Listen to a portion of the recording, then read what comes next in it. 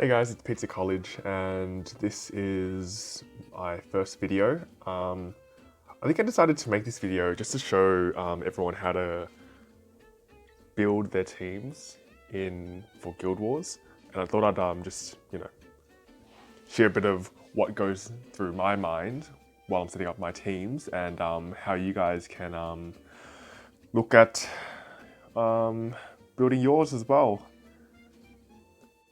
So what goes on through my mind here is I look at our priority forts in the guild. So at the moment we can see that Judas has set up, well, Judas has put it in our priorities. Gunner, Magician, Leaf, then Rogue. So Gunner, Magician, Thief, and Rogue.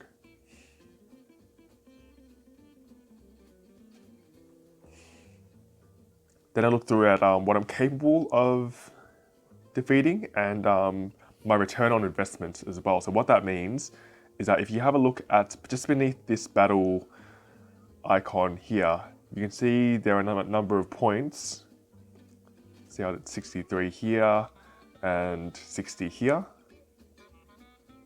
And it will just tell you how much you'll get for fully defeating this team. And if a team has members that pose a risk and you only get 63 points, and if you compare that with a team that has, relatively, well, to me anyways, this team here has relatively less risk, but I still get 60 points, and of course I'm going to go for the 60-point team over here. Now I've already popped in a battle before, which I won. And I just used these guys over here.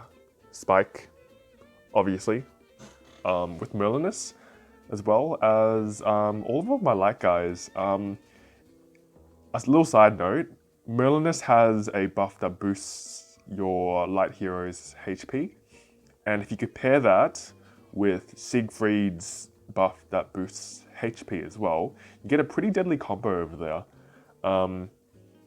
That, and if you pop Siegfried with health roots, then you pretty much have a really big wall. So what I'm going through at the moment are forts that need capturing.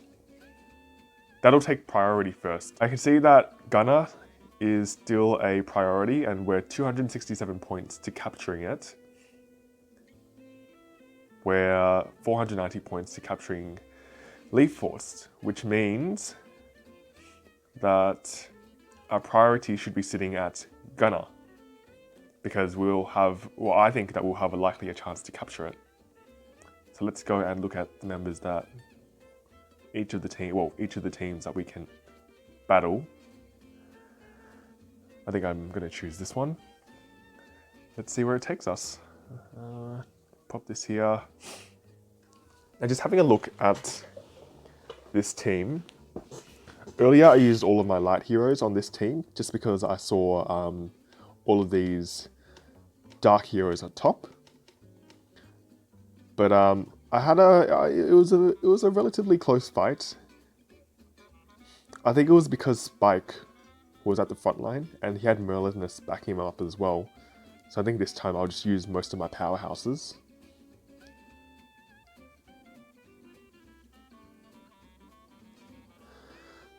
Pop them here.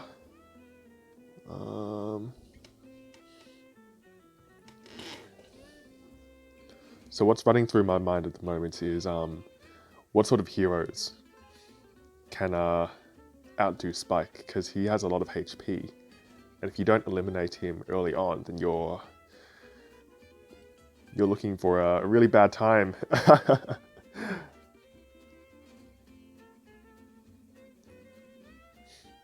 We use Vlad to not only slow their attack speed, our enemy's attack speed by 10%, but also for his ability, which heals 720% from the bat's damage. 720% times that by 7,000, that'd be roughly about 49,000. Plus we have these attack runes on Vlad as well, which means his attacks will, well, his attack speeds will be a bit higher. Meaning for every 4 attacks, he'll get an extra attack. So he'll be quite handy with dealing with our light foes. And just having a look at this as well, most of our enemies they're mostly rangers. So if we can get rid of the frontline tanks, then we shouldn't have that much of a bad time. I think it should be an easy battle just because we have Skeleton Giant and Dark Hunter here. So these guys will make the crux of our team. I'm popping in Petunia as well because she adds a little bit of defense. It's just a safety buffer, but you can't. It doesn't help to be safe. She also transforms an enemy. At this level, she leaves them unable to attack, and with the defense lowered for 9 seconds, which is pretty handy, especially when you're against enemies that you're unsure of whether you can beat or not. At this point, I'm most likely inclined to put in Zack, who's I call him a stun gun because he sends out a shockwave to stun our enemies for 4 seconds, which I think is quite handy, especially when you're looking at delaying our enemies. 4 seconds is enough to obliterate them if you know how to use your team right. I think that should make up most of our teams. Pop in Monkey King, just for the sake of it.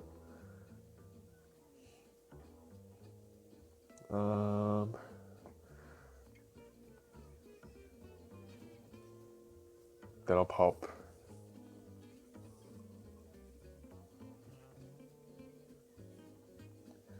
I think I might pop yeah, why not?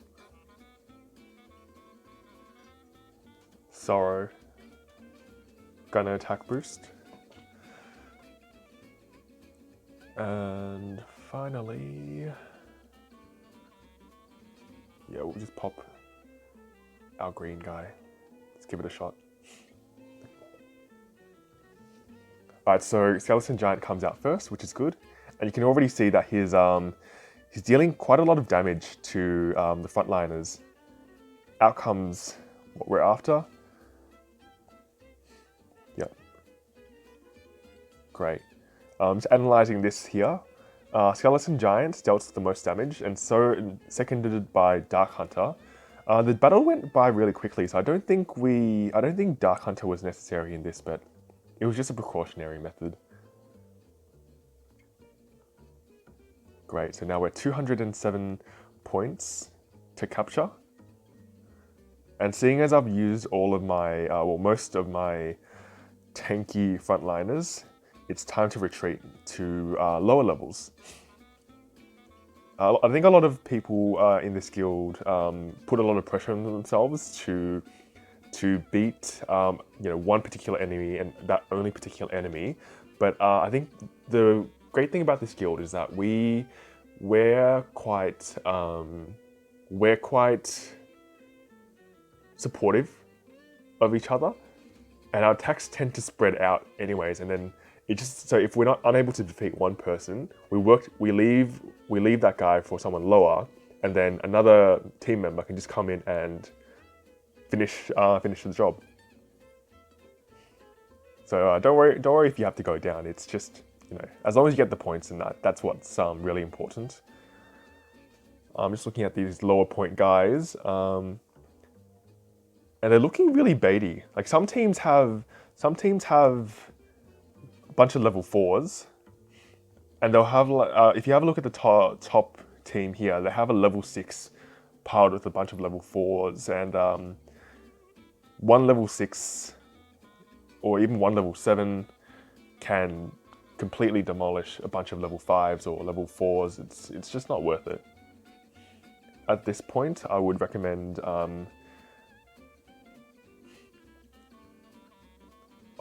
going low if you can't really make any others.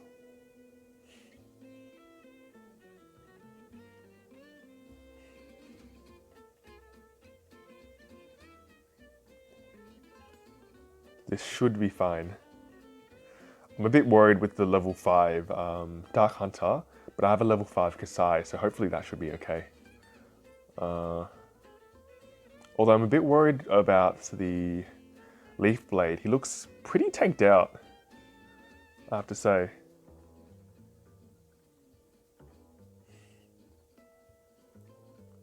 He worries me. Let's do it. Okay. I don't usually recommend this. You'll most likely see why, but if we make it through, then nice. Okay, let's see. Great. So far we're being pushed back, but our Kasai's doing not bad of a damage. Let's have a look at the, so we won this one. We'll have a look at the stats. Okay. Spark, Kage, and Mecha Vulcan.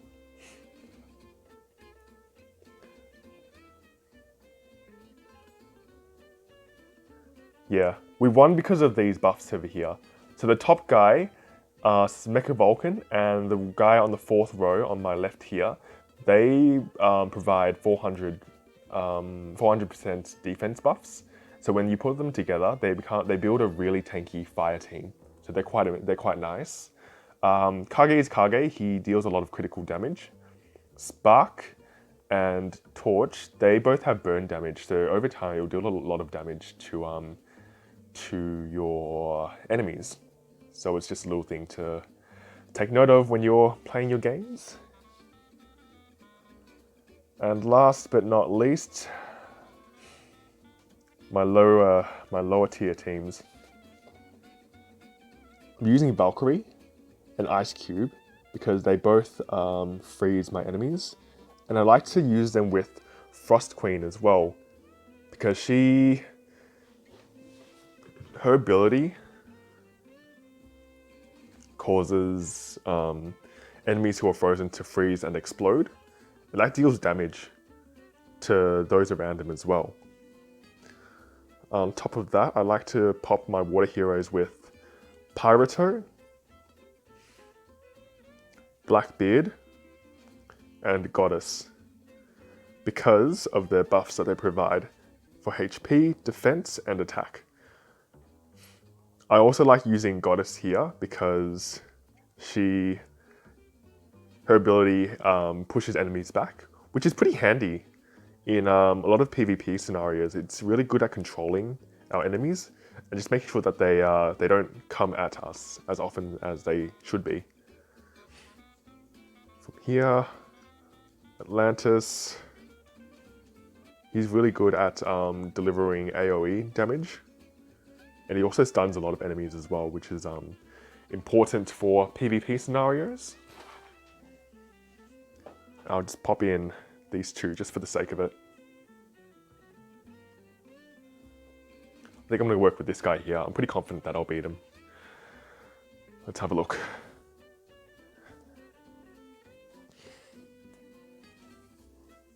Yep.